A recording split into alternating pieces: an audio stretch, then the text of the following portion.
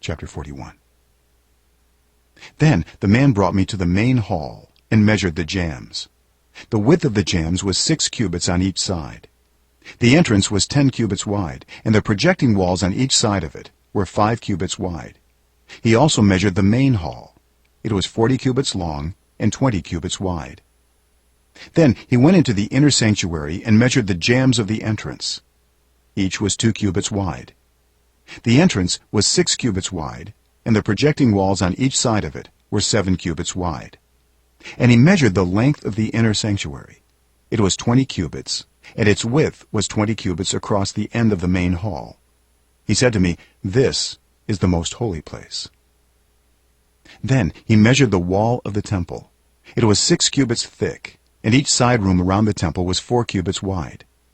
The side rooms were on 3 levels, one above another, 30 on each level. There were ledges all around the wall of the temple to serve as supports for the side rooms, so that the supports were not inserted into the wall of the temple. The side rooms all around the temple were wider at each successive level. The structure surrounding the temple was built in ascending stages, so that the rooms widened as one went upward. A stairway went up from the lowest floor to the top floor, through the middle floor. I saw that the temple had a raised base all around it, forming the foundation of the side rooms. It was the length of the rod, 6 long cubits. The outer wall of the side rooms was 5 cubits thick. The open area between the side rooms of the temple and the priests' rooms was 20 cubits wide all around the temple. There were entrances to the side rooms from the open area, one on the north and another on the south, and the base adjoining the open area was 5 cubits wide all around. The building facing the temple courtyard on the west side was 70 cubits wide.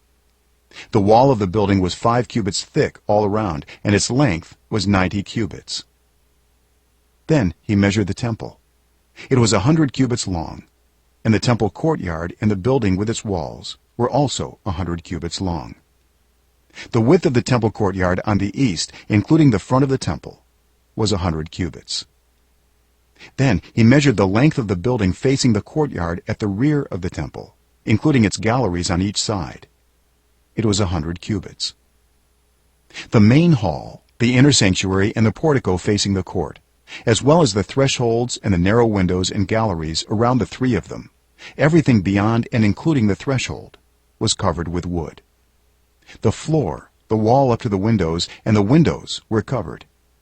In the space above the outside of the entrance to the inner sanctuary, and on the walls at regular intervals all around the inner and outer sanctuary, were carved cherubim and palm trees.